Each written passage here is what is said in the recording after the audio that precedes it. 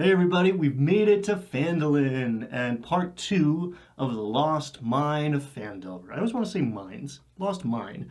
The awesome adventure in the Dungeons & Dragons starter set. Phandalin is giving us a solid heaping helping of the social pillar of play, and our main task as the Dungeon Master to prepare to run this part is to get to know our non-player characters, our NPCs. Hopefully we've already done a lot of this work to get some of these NPCs linked up to our PCs, our player characters' backstories. But now we have to get ready to actually embody these people. Don't worry about giving an Oscar-worthy performance or, emulating some famous voice actor. Just have fun with it. If you know what the story is and what the motivation is for these characters, you're going to be able to adapt on the fly. One solid trick to make this easier, especially with a list of 10 NPCs in front of you, is to cast each role in your mind using actors or actresses or characters they portrayed or characters from other things, books, cartoons, even people you know in real life. If you do a bad impression or impersonation, it doesn't matter. That's just how that character talks. You don't have to do the voice, but casting them can also make it easier to adapt on the fly, whatever, if you're saying what they say. If you have the time and prep, it is also worth skimming through the locations in part 3, at least the ones that are not Cragmaw Castle. Maybe even go skip ahead, watch that video in this playlist, because we are planting those seeds now, and if you decide you really want to run, or maybe don't want to touch a particular location, a particular quest, this is when we are going to lean into stuff or cut it out. We can also combine some of these NPCs to make our lives a little bit easier. Maybe the town master is also the innkeeper, which is probably why he's not doing such a great job running this town and dealing with the Redbrands. Maybe Darren Ettermath isn't around because we don't want to run Old Owlwell and we would prefer to have fewer NPCs to keep track of in our brain. Also, this is where you're going to be planting seeds if you are considering adding your own adventure elements, homebrewed or otherwise. Alternatively, you can keep it all available and even add to it and see what the players gravitate towards. If you have brand new players, keep in mind, if you do lay out all of these options in front of them, they might get a little analysis paralysis and not know which way to turn. One big benefit of cutting out Thunder Tree in particular is that the other side quests, the things that are not Cragmaw here, they're all kind of in the same direction and pretty near each other on the map. We also don't have to give them every hook all at once, especially if we're not prepared on any of part 3. We can just focus in on the Redbrands when the player characters first hit Phandalin. We definitely want to be prepared to run the Redbrand encounter and the Redbrand hideout, and we're going to go over all of that, but there's a chance we might spend a whole session here just being social in Phandalin before we even get there. Some of your players might really love this roleplay aspect of the game, while others might be sitting back and itching to get the dice rolling and get back to combat. The Redbrand confrontation is there for you if you are losing the table and need to move the needle a little bit, but it is only natural that some of your players are going to enjoy this aspect or particular aspects of D&D more than other people at your table. Get to know who is who in your game. All right, let's get started. One great way to begin a session is by recapping the last one. An even better way, in my experience, is to get the players to recap that last session while you actively listen to what they are saying, because that's going to show you what they remember and give you a chance to remind them if they've forgotten anything important. It is also going to give you a general sense of what they think is important, interesting, cool, and if they have some theory that isn't in the book but sounds cool, at least consider it. This is your world. This is your game. Change all of the things as much as you want. If they suspect that Sildar is working for the Black Spider in actuality, you can correct them, sure, or you can let them remain mistaken and see how that plays out, but it might be way more fun to make that be true. What would that mean for your story? There's a bunch of doppelgangers running around in this adventure, and I mean, in my opinion, they are definitely underutilized here. So maybe Sildar has actually been replaced. The real Sildar is a prisoner with Gundren in Cragmaw Castle, and the person that the party is actually riding into town with right now is a shape-shifting spy. That sounds pretty cool to me, and the players are going to think that that was the plan all along and feel clever for figuring it out, and you have this awesome story now. Some of your favorite parts of this adventure are going to be the ones that you made your own, especially if you worked together with the players to create them. To open this part, I would narrate the players coming into town, getting a good look at the new wood buildings surrounded by old stone ruins, with the sun setting over the ruined manor on the hill. Take them right to Barthen's to drop off those supplies in the wagon and get paid, and maybe do a little shopping. I would open up the included rules right to page 18 and put the menu there in front of them. They're going to look it over for a little bit, and I bet someone is going to ask about weapons and armors eventually. And that gets them pointed to Lion Shield Costers down the road, where you can flat out tell them that they recognize on the symbol on the sign hanging out front to the crates from Clark's room in Cragmaw Hideout.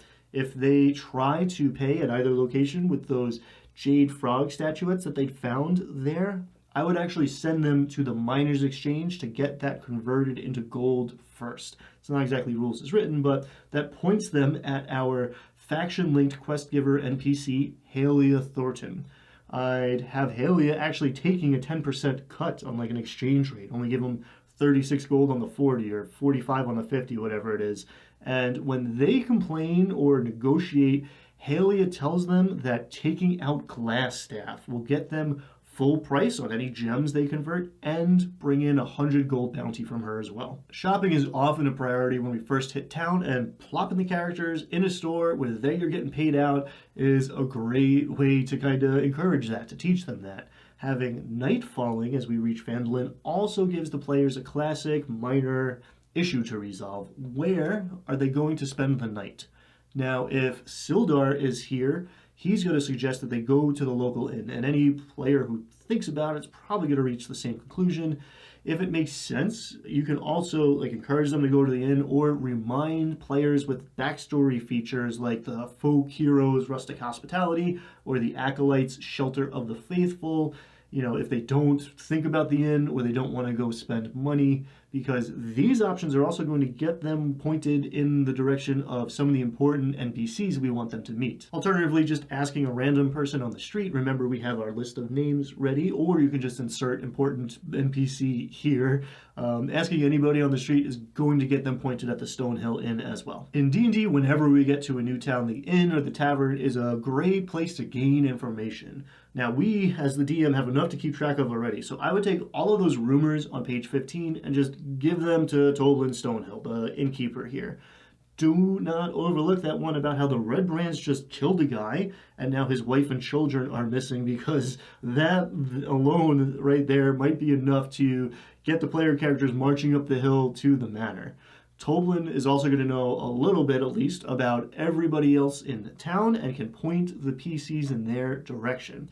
If the player characters are remotely nice to this guy and spend a little money in his establishment, I would say he explains all of the town's highlights and just hand over that map on page 17. Labels and everything. You can do whatever, a player's map, but labels for this one is fine because it's going to open up all of the players' options and maybe jog some memories of plot hooks that are in their backstories. Send them off to bed, fade to black, and then set them loose in Phandalin in the morning. Up until this point, the players have made some decisions, sure, but they haven't been faced with many options just yet.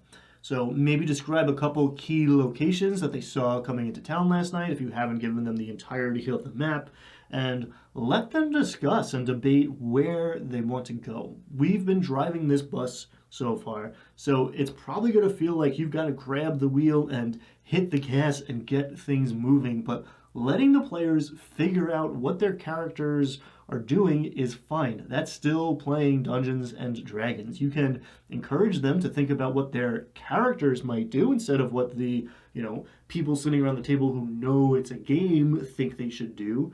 And you can also kind of encourage them to maybe have these conversations in character.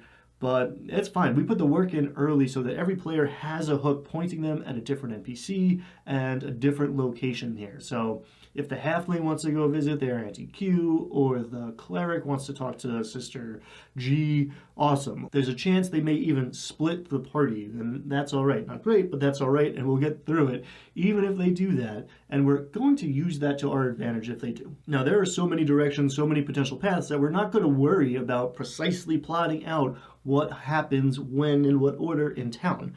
If you really want them in contact with a particular NPC because you want to tie in that story or aim at that quest, you can have people approaching the party too. Don't forget, wherever they go, whoever they speak to, we're going to make sure that they hear about the Redbrands.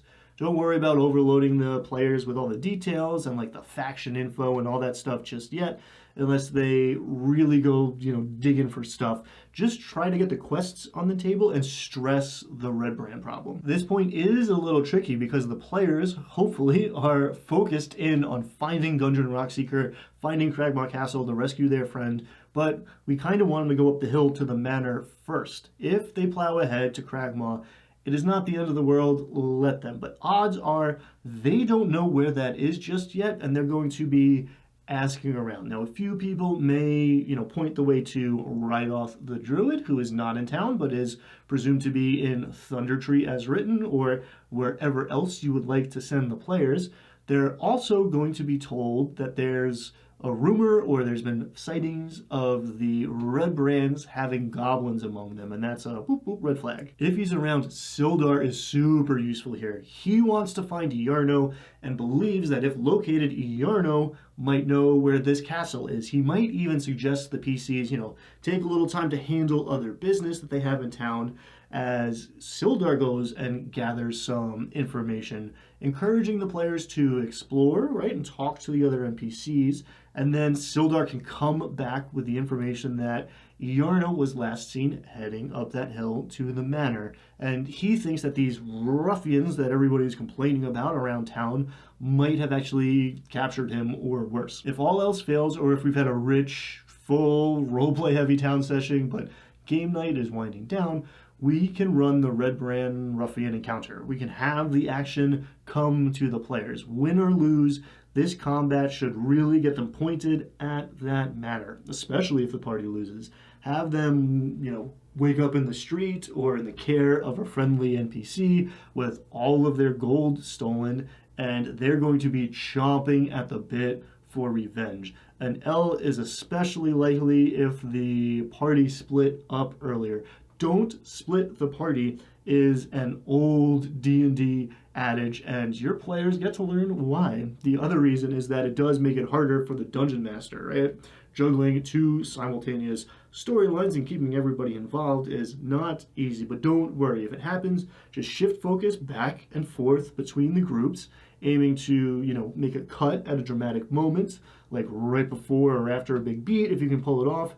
Have the Redbrands attacking one group while the other characters are, sitting around unaware, having tea and chatting up some NPC somewhere. Flip back and forth, maybe on initiative counts or between rounds of combat, and you will get through it, and then you can explain why it's not fun. Please don't split the party anymore. Whether together or separated, really have these Redbrands talking trash to the party before the fight breaks out.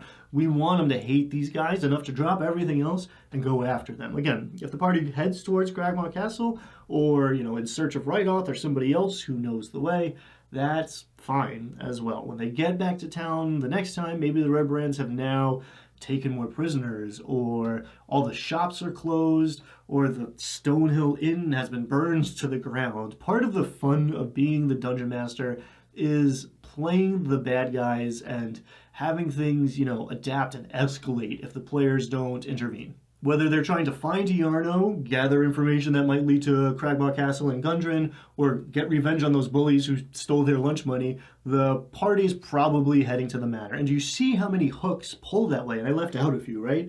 Money, justice, adventure. This is a great lesson in adventure design. Different players are going to respond to different kinds of incentives, and it's always good to have multiple reasons for the player characters to go where the dungeon master wants them to go. If they go somewhere else, no big deal, skip ahead, circle back. but I think you're going to be running the Redbrand hideout next. So that's what we're going over in the next part of this series. If you are getting something out of this stuff, please like, subscribe, all that good stuff. It does help me out a lot, as does picking up the starter set if you don't have a copy through the affiliate link down below. Thank you so much for watching. Get out there, have fun, be kind, and I'll see you next time.